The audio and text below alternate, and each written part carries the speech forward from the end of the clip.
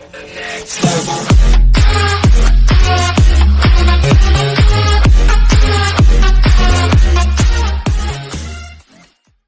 prepaid rental car was unavailable. You reader mistake story.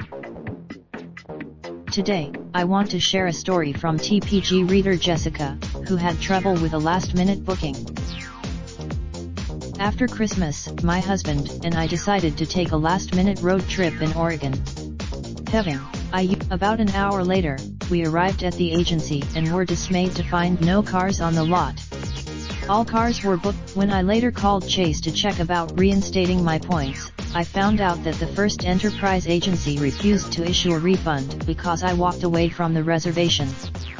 Fortunately, car rental companies don't always show up-to-date availability online.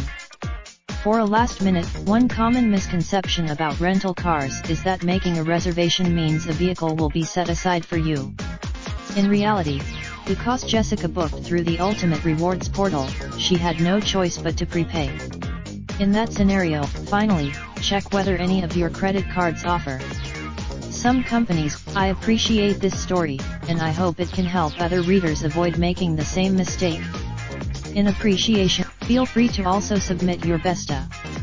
If your story is Raindrop, drop top, smoking, no cooking the hot pot. Fucking on your bitch, yeah, that. Looking up, open the park, pot.